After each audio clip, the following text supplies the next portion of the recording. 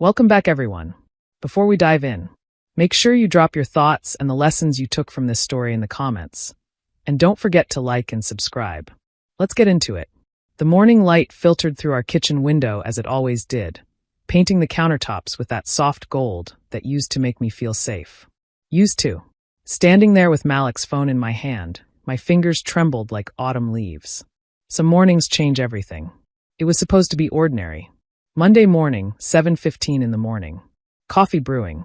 Eggs on the pan. The familiar chaos of getting our 8-year-old twins, Jalen and Josiah, ready for school. Malik was in the shower, humming a tune I could not place. "Mom, Daddy's phone is ringing." Jalen called from the sitting room. A beat later, Josiah echoed, "It is really loud." I wiped my hands on the blue kitchen towel with tiny sailboats that my mother had given us for Christmas 3 years ago. Funny how the mind keeps the smallest things when the world is about to implode.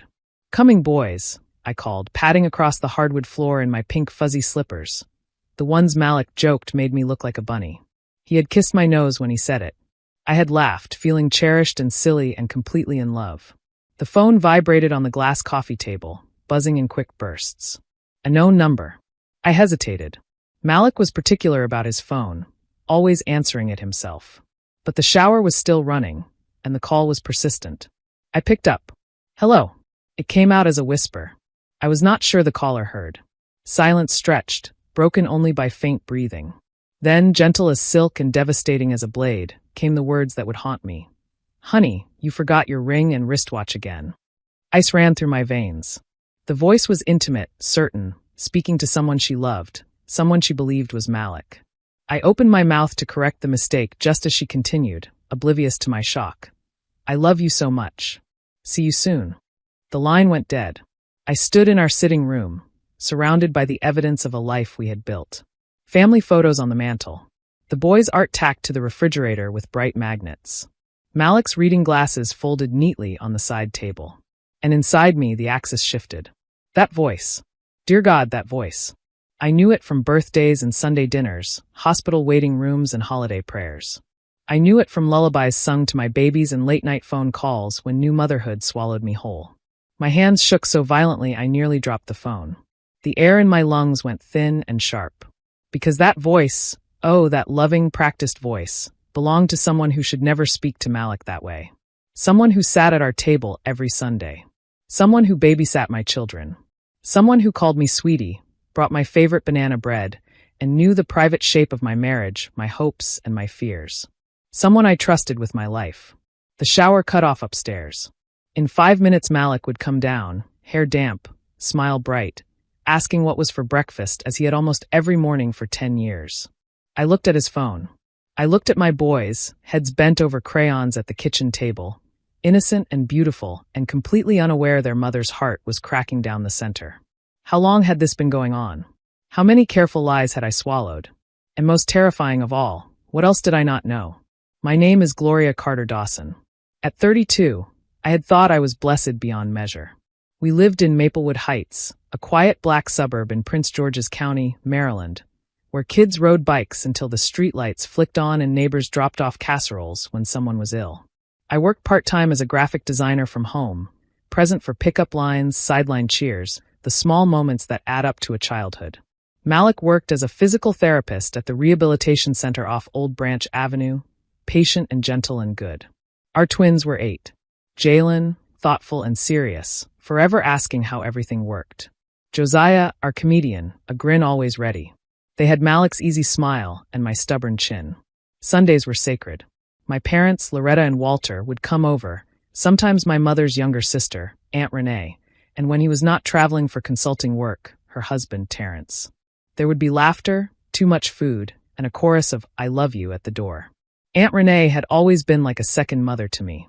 She had never had children, which made holidays bittersweet, but she poured her tenderness into being the world's best aunt and great-aunt.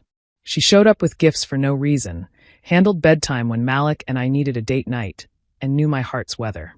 When I sank into postpartum depression after the twins were born, she came every day for 2 weeks. She held the babies. She made sure I ate. She reminded me I was still human beneath the exhaustion. "Family is everything," she would say, hugging me tight. "We stick together no matter what." The Sunday before that Monday, we had the usual dinner. My mother cooked. My father trotted out corny jokes that made the boys wheeze with laughter. Aunt Renee brought chocolate chip cookies that vanished in minutes. "You spoil them," I had teased. "That is what great aunts are for," she had replied, ruffling Josiah's hair. Then she looked at Malik with warmth I recognized. At least I thought I did. "Gloria, you are lucky to have such a good man." "I know it," I had said, squeezing his hand. He squeezed back, but now I remembered how his eyes flicked away, how he kept glancing at his phone. That night, after everyone left and the boys fell asleep, I found Malik on the back porch, eyes lifted to a scatter of suburban stars. "Everything okay?" I asked, settling close. "Just thinking," he said, "about how good we have it. Sometimes I wonder if I deserve all of this." I had kissed his cheek, grateful for his tenderness. If I had known who he was really thinking about, I would have run into the night. But I did not know. I was still in my fragile bubble, where family meant everything and love was sacred. After that devastating call, I had exactly 4 minutes to gather myself before Malik came downstairs. I put his phone back on the table exactly as I found it. I made my face work. "Morning, beautiful," he said, breezing into the kitchen. He kissed my cheek. I flinched before I could stop myself. "You okay?" Concern threaded his voice, and something else, weariness. "Fine," I said. "Just thinking about my presentation for the Nathaniel account." A lie. I had finished it days ago. "Boys, 5 minutes," he called. Backpacks thumped. Sneakers skittered. Jalen clutched a book. Josiah was already narrating his science project. When he slipped his phone into his pocket, my heart pounded. Would she call back? He glanced at the screen and tucked it away. "See you tonight," he said, kissing my forehead. "I love you." The words scraped like glass. After they left, I tried to work. But every file dissolved into the memory of that familiar voice saying, "I love you." I drifted through the house like a detective in my own life. Malik's phone was always face down. He took calls outside for work. Late evenings for paperwork. Small gifts just because. Guilt gifts, I thought, and tasted bitterness. By afternoon, my resolve hardened. I needed proof. I opened Malik's laptop. We had always shared passwords, a symbol of trust that now felt like irony with a sharp edge. The browser history was recently cleared. That was unusual. Malik barely knew how to change a ringtone, much less clear a cache. His email was scrubbed, too. No personal messages older than a week. A new folder sat on the desktop. Physical therapy certification. Empty. On his social media, nothing seemed odd. Family photos, work updates. But in private messages, large gaps gaped where entire threads had been deleted. People do not delete innocent conversations. My phone buzzed. A text from Aunt Renee. "Hi, sweetie. I was thinking of dropping by with banana bread. Is that okay?" The thought of her in my kitchen made my stomach twist. "Actually, not feeling well today. Rain check." "Oh no. Do you need me to pick up the boys?" She replied immediately.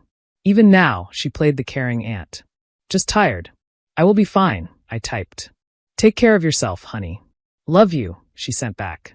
I stared at the word love until it blurred. I pulled our phone records. Over the past 6 months, dozens of calls and texts between Malik's number and Aunt Renee's. Many during work hours. Some deep into the night. I printed everything and slipped the pages into a folder until my hands steadied around the task. Evidence. Our credit card statements showed charges at restaurants I had never been to, always for two. A florist I did not recognize.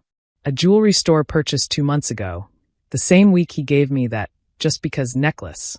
He had bought us both gifts. I was sick to my core. The boys came home. I smiled, listened, hugged. "Mom, your eyes are red," Jalen said. "Allergies," I lied. "Can Aunt Renee come this weekend?" Josiah asked. She promised to teach me cookies. Ice slid into my veins. "We will see, baby," I said. That night, Malik came home with grocery store daisies. "What is the occasion?" I asked. "No occasion," he said, setting them in a jar. "Just wanted to remind my beautiful wife that I love her." After bedtime, I watched him review patient files, his careful handwriting looping across notes. He looked like the man I had fallen in love with. "Malik," I said softly. He looked up. "Do you love me?" Something flickered across his face. Surprise, guilt, something else. "Of course I love you." "What kind of question is that?" "I do not know," I said truthfully. "Are you happy?" He set down his pen and reached for my hand. His touch, once anchor steady, felt foreign. Gloria, where is this coming from? Did I do something wrong? I almost told him about the call, the records, the ache in my chest. I could not do it without proof. No, I said. I love you. I love our family. I do not want to take it for granted. He squeezed my hand and smiled, but it did not reach his eyes. That night, I lay awake listening to his breathing and wondered how long he had been lying to me. I wondered if Aunt Renee was the first. I wondered whether anything had been real. Mostly I wondered about her, the woman who had held me when I cried, who had sat across from me yesterday while planning her next rendezvous with my husband. By dawn I made a decision. I was going to find the truth. All of it. And I would make them face what they had done. I needed one person I trusted absolutely. Dad, it is me, I said into the phone. Can you come by tomorrow while Malik is at work? Walter arrived at exactly 10 in the morning, carrying 2 coffees from our favorite diner in Camp Springs, wearing the worried expression I remembered from my teenage years. He sat at the kitchen table in his usual chair, the one with the view of the backyard swing. Talk to me, sweetheart. I told him everything, the call, the voice I knew, the evidence I had gathered. I watched his face age 10 years and 10 minutes. You are sure it was her voice? He asked. I am sure. How long? At least 6 months, I said, sliding the phone records across the table. His jaw tightened as he studied the pattern of deception in black ink. Son of a, he stopped, rubbed his forehead. I am sorry. What do you want to do? He asked at last. I stared at the folder. I want proof that nobody can deny. Then I want him gone. I want a divorce that protects me and the boys. And I want the truth to be known. Then we will do it smart, he said. You need a good lawyer. Evidence that holds up. And you need to protect your money. He paused. Your mother. My stomach turned. My mother and her sister had shared every day of their lives. This betrayal would destroy her. We will tell her at the right time, my father said gently. She will need time to process this. He gave me a name, Attorney Celeste Whitaker, a family law specialist known for protecting women who had been wronged. She helped Mr. Johnson's daughter last year, he said. The man who crossed her left with regrets. When I stepped into Attorney Whitaker's office the next afternoon, the space felt calm. Plants by the window. Family photos. Comfortable chairs. Celeste herself was petite, early 40s, eyes warm behind simple glasses, handshake firm. Thank you for seeing me, I said. Your father spoke highly of you, she said, closing the door. He also said your situation involves complicated family dynamics. Tell me everything. I did. The call. The investigation. The records. The empty folder on Malik's desktop. The unfamiliar charges. Celeste took notes, asked precise questions, and never once looked surprised or judgmental. When I finished, she set down her pen. Gloria, what do you want to accomplish? A divorce. Custody of my children. Financial protection. And the truth in the open. You want justice, she said calmly. Not just an end. People who cheat burn more than marriages. They char entire families, especially children. We will do this right.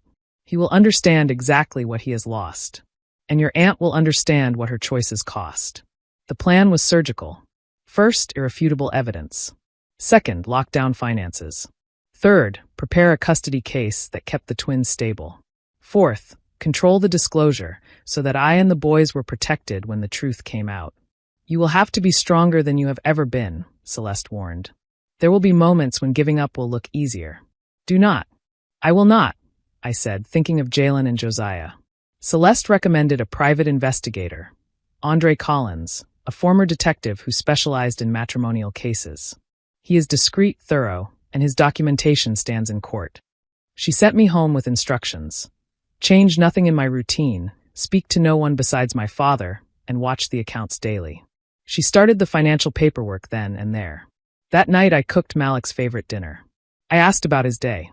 I laughed at Josiah's new joke about a chicken who refused to cross the road for safety reasons. Inside, I was counting down. 3 days later, Andre called. I have been following your husband for 72 hours, he said in his steady voice. Yesterday, at 2:30 in the afternoon, he met a woman matching your aunt's description at the Riverside Hotel. They remained for 2 hours. I have photographs. Are you sure it was her? My voice shook. Based on the photos you provided, I am certain. I will continue through the week to establish a pattern. You will have everything you need. I hung up in the grocery store parking lot and sobbed into my hands. Not because I was surprised, but because now it was real. It was final. The envelope arrived the next day. Inside, crisp color photographs of Malik and Aunt Renee entering the Riverside Hotel, her hand resting familiarly on his arm, his eyes scanning the lot before they slipped inside. A shot of them at the hotel restaurant, leaning across the table, faces soft. Another in the parking lot, her palm cupping his cheek as though she owned it.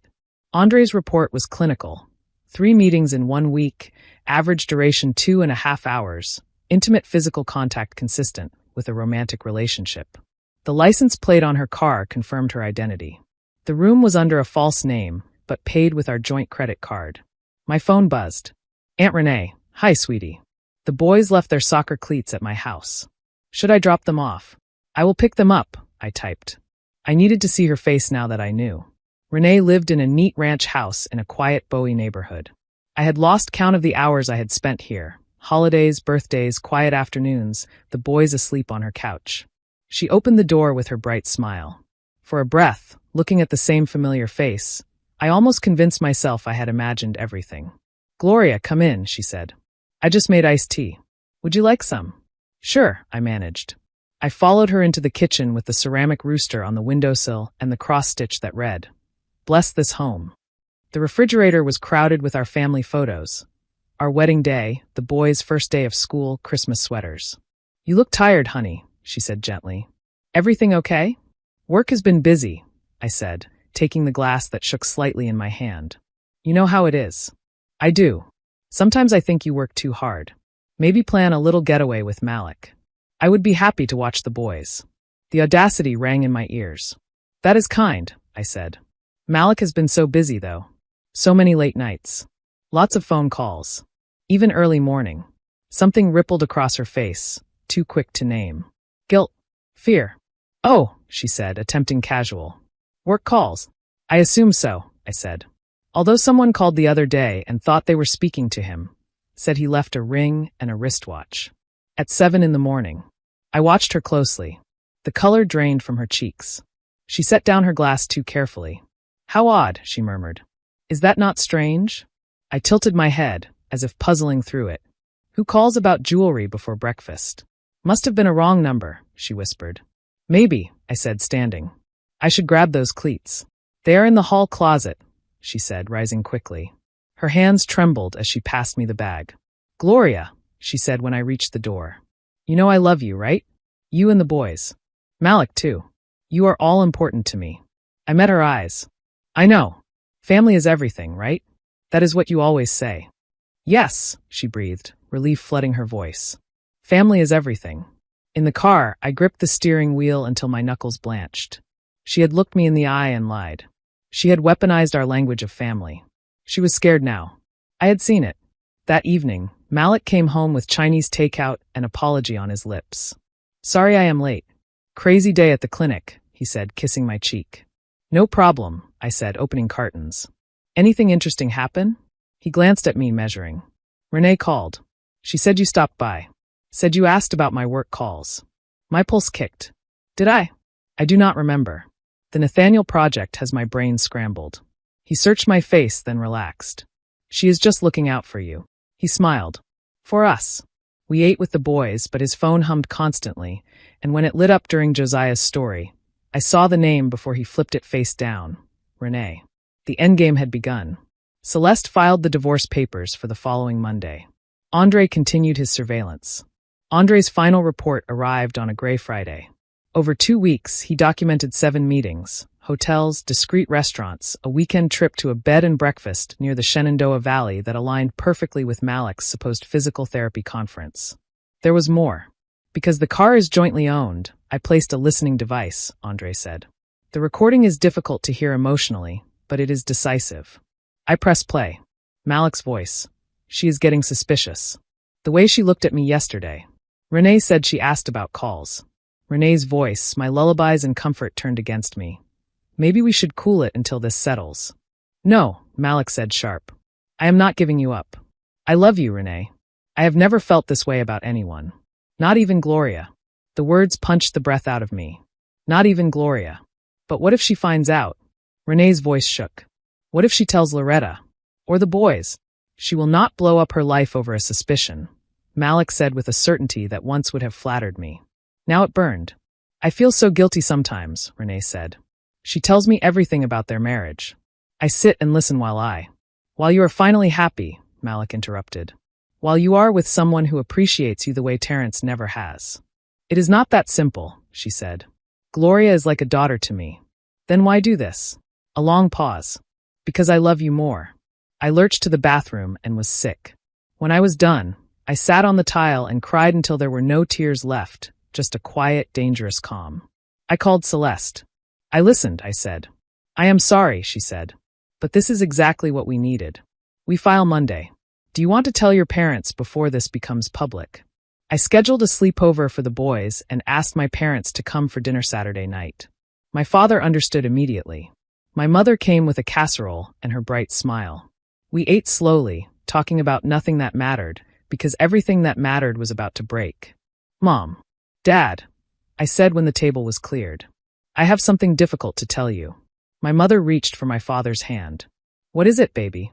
Malik is having an affair, I said. I am filing for divorce on Monday. My mother's face drained. Are you sure? I am. With who? Her voice went low and dangerous. Who is he having an affair with? Aunt Renee. Silence. Then the sound that came from my mother's throat was hardly human. She collapsed into her chair, hand over her mouth. My father was at her side in a heartbeat. How long? He asked, voice tight. Months, I said. Probably longer. I pressed play on a short portion of the recording. Renee's voice. Because I love you more. My mother sobbed into my father's shoulder. 60 years, she cried. 60 years I have loved her. How could she look me in the eye and lie? We will get through this, my father said, his eyes meeting mine over her head. Fury lived there, but so did resolve. After they left, I sat in the quiet of my kitchen and did not tremble. I was past trembling. I was ready. Monday morning dawned cold and flat. I made breakfast. I packed lunches. I kissed the boys' heads.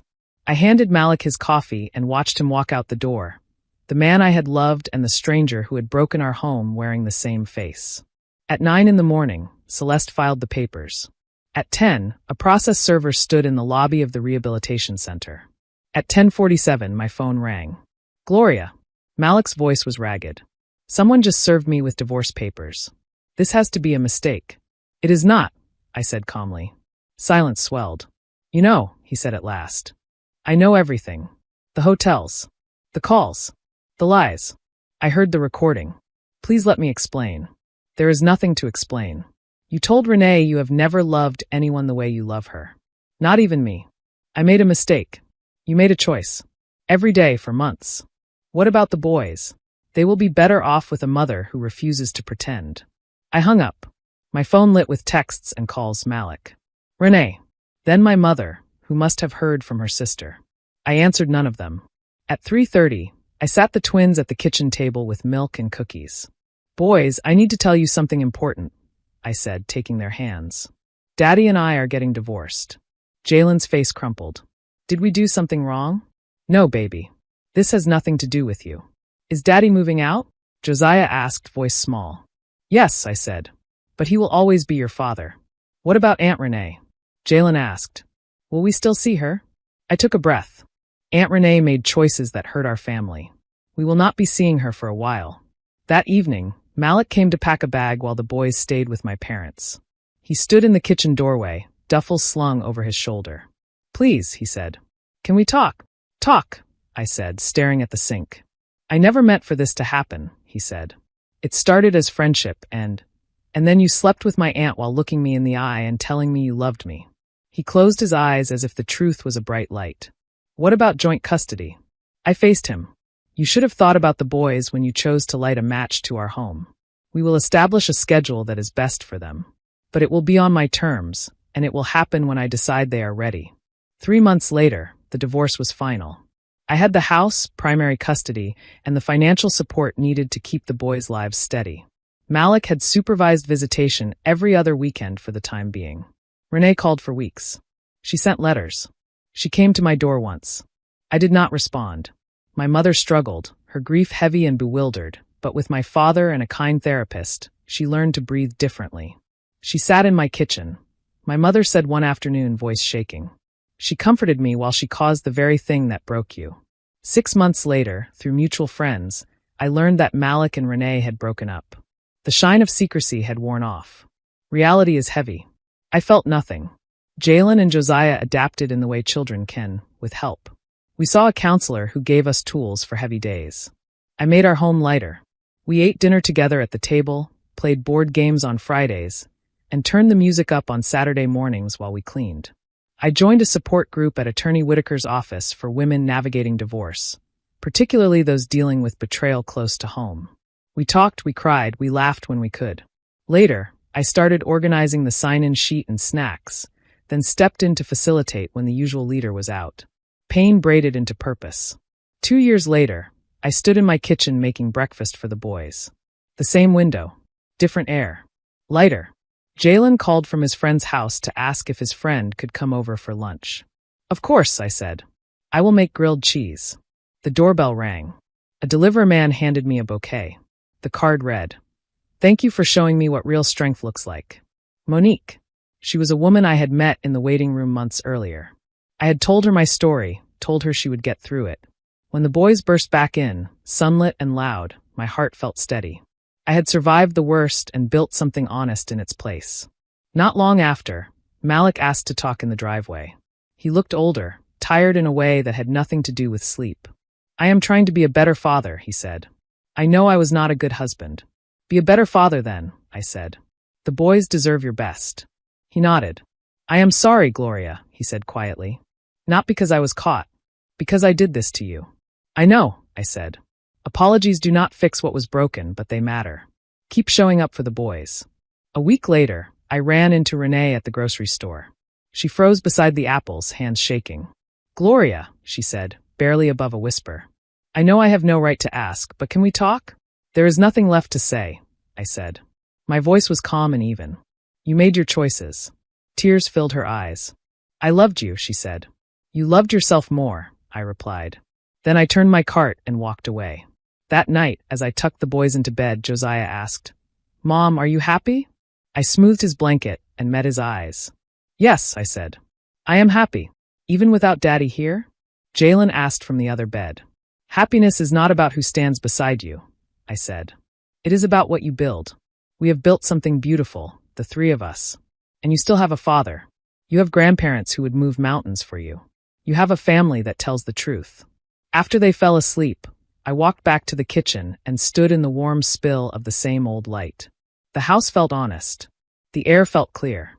The woman who answered that phone call on that terrible Monday was gone.